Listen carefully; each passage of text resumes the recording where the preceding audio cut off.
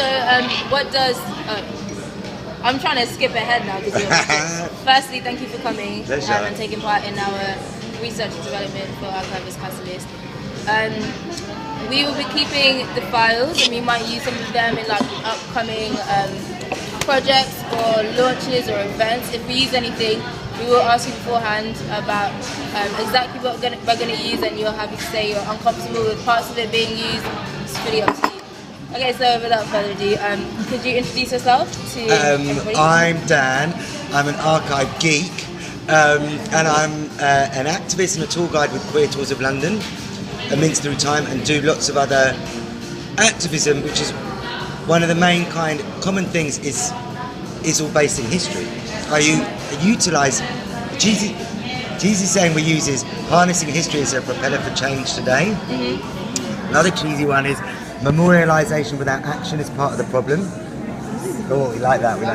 That was part of the Never Again Ever campaign. So every project, when I was in school, I never concentrated on history because it was something so abstract and white and heterosexual and imperialist, whatever. I never thought I'd like history because of the shit you learn in school. But when you actually know the meaning of it and how it's relevant to you, then it brings so much life.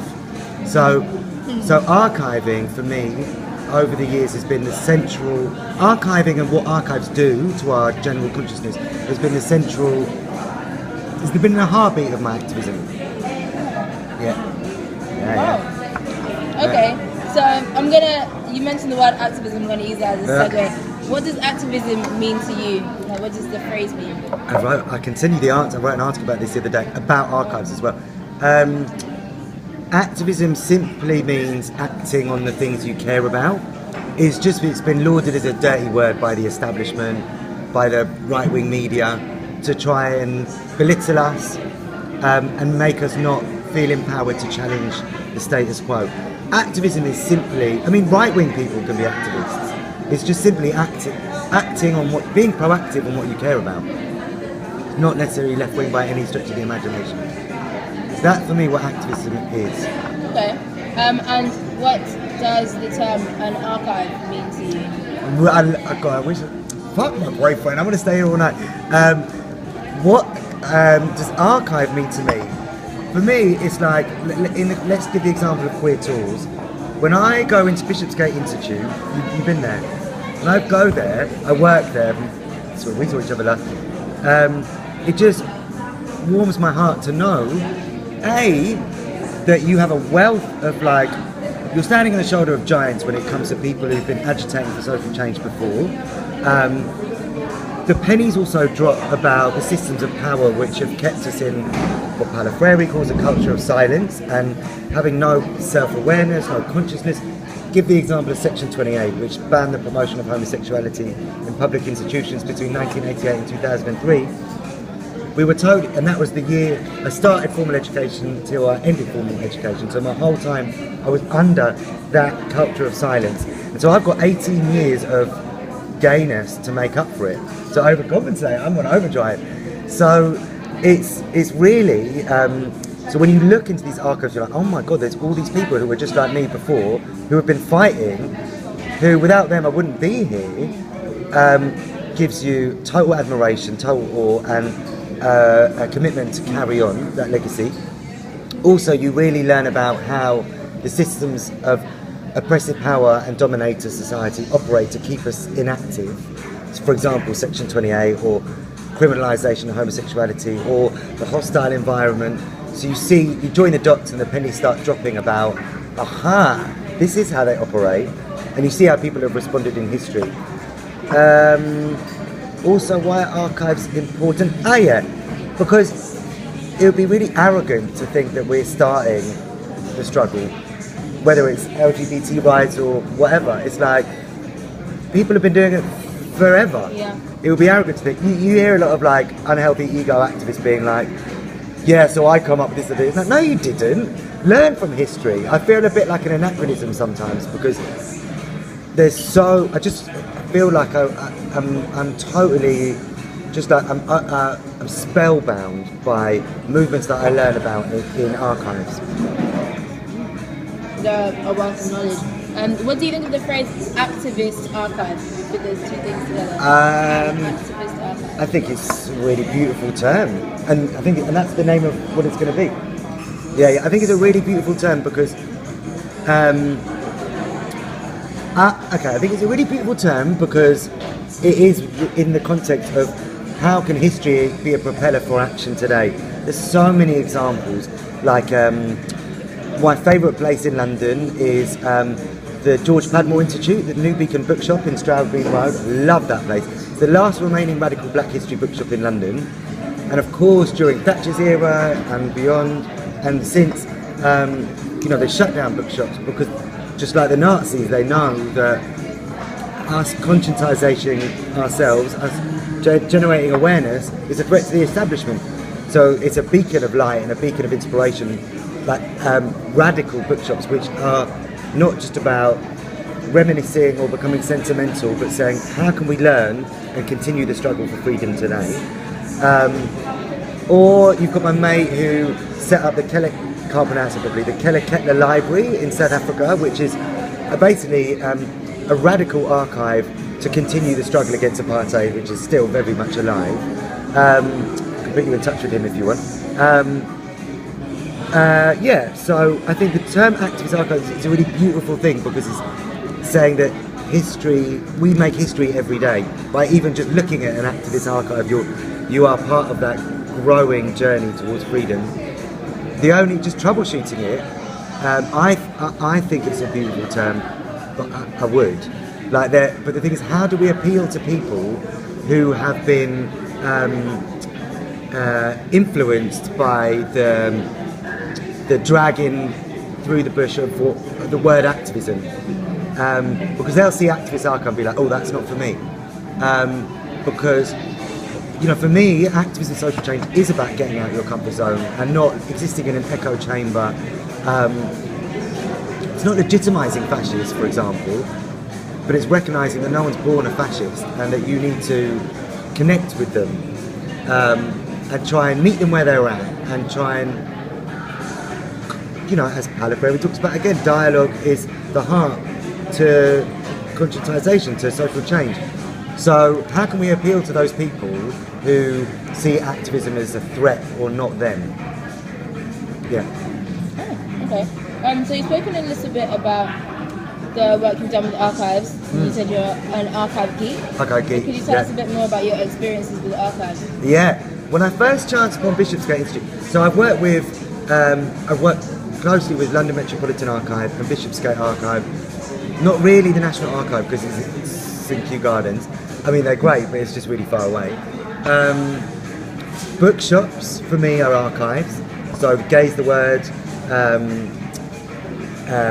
New Beacon Bookshop, you've obviously got the Black Cultural Archives, you've got the Southall Black Sisters kind of little place in Southall, you've got Freedom Bookshop, you've got the Feminist Library, and that's just London. And there's loads more in London, obviously. My experience, let's take Gaze the Word, for example. It's their 40th birthday this year. Have you been there? Gaze the Word, I haven't been there. Just near Russell Square Station. That's where a lot of the film Pride is set on. They are the only gay bookshop left. Maybe. Pretty much, yeah. Like my mate Uli works in there, and it's just the emotions of working in that place. For me, when it's activism, one of the key kind of methodologies, frameworks I work within activism is the really simple concept of the head, the heart, and the hand. The intellectual understanding of what's going wrong in the world, the emotion of the heart, the emotional responses, and the hand, what we can do about it. But they have to be in balance. If we're too stuck in the head, we'll just be an armchair activist and spout off about the world and not do anything. If we're too stuck in the heart, we won't get out of bed in the morning because it's too depressing. If we're too stuck in the hand, we'll just be knee-jerk and reactionary and just chuck ourselves at the police or barricades, but not be strategic. You need to have all three in balance. We all have a natural tendency to be more head-orientated or heart-orientated or hand-orientated, but it's about being cognizant of that and then working out the balance. So Gaze the Word is somewhere which is all three for me, which really It's obviously an intellectual paradise because it's filled with books. The emotions of someone when they walk into a queer safe space for the first time and realise that their history is there and welcome to them is, you know, there's tears every day in that place. Not just by queer people, but by straight people who've got queer kids who didn't realise the shit that their kids have been through in their lifetime and their ancestral history. It can be really, it can be a real, like a fucking TV show, because it could be really emotional. And it's very hand oriented, because in the evenings they have meetings. It's obviously where Lesbian and Gay Support the Minors started. That's what's in the film Pride. So for me, an archive / bookshop, the power of it can be so transformative by touching on those three elements. Okay, have you found any difficulties in working with archives? Good fucking question. And if we're talking about popular education and archives, what Paulo Freire, I'm such a geek, what he talks about is, as an agent of change, the most important thing is cultivating curiosity. It's asking questions. It's the art of questioning. He's got an amazing book called Learning to Question. And archives, for me, one of the powers of archives is not being like, think this. I mean, obviously it's strategic which books you choose to display and which exhibitions you choose to display, but it's allowing people to work it out for themselves rather than maintaining the dominator culture mentality of like, right, you've read this, you've looked at this, now you think that. Just enabling people to join the dots themselves. So that for me is an example of a powerful archive. Any problems with archives? Well, I guess if we're looking at archiving as an art, which it is, I have a problem with a lot of art establishments because they're elitist, and just a lot of them are whack. Just a lot of wanking off, a lot of what's the word I'm looking for? A lot of punts, big punts really. I think when archives or art or social change is elitist, i.e. is expensive, or, you know, I've got a film who at the moment is making a film about radical queer history, and he's had to pay hundreds and hundreds of pounds to get some of the materials from some corporate archives, and to them it's nothing, the amount of money. To him it's a huge amount of money. So I think if they're elitist, then it's problematic. How else can archives be? Okay, let's use the example of Bishopsgate Institute. They're my favourite archive, so I guess unpacking that, then I can understand why I have problems with others. I don't really have problems with, I think the London Metropolitan Archive are great, but I think I think the work they do is fantastic and they've always been brilliant. But I think maybe why the Bishopsgate appealed to me a bit more is because their archive remit is around campaigning, so it's just, that's my thing. London Metropolitan Archive remit is a lot bigger, so when I go into Bishopsgate Institute it's just like being in a fucking toy shop. The other reason why I love Bishopsgate Institute is the fact of where they're placed. They are in the fucking belly of the beast. They're in the square mile. Yeah, they're in the square mile. It's such a juxtaposition. They're surrounded by some of the most horrific institutions on the planet. They're nemesis, and yet they're still there. I think they've got one really rich left-wing benefactor, which is the reason why they're still there and they haven't been fucked over by austerity. And it's just hilarious. It's like, you know, when I go out and have a fag, and I'm just like, what? Barclays Bank, NatWest, HSBC, and then Bishopsgate Institute with their rainbow flag outside. You walk in and they've got the suffragettes, they've got the Black Panther movement, and it's just, you know, it's why we love London, you know. But it's their placing of where they are, because archives shouldn't hide away from being a threat to the status quo, challenging themselves and challenging society. Okay, so let me try and summarise what you said about the difficulties so far, like elitists. Yes. I've just thought of another example. Okay, yeah, what are the examples? So it's the elitist. Okay, so when archives aren't achieving what they could, whether they're problematic or just not, or they're not negative, they're just not hitting above their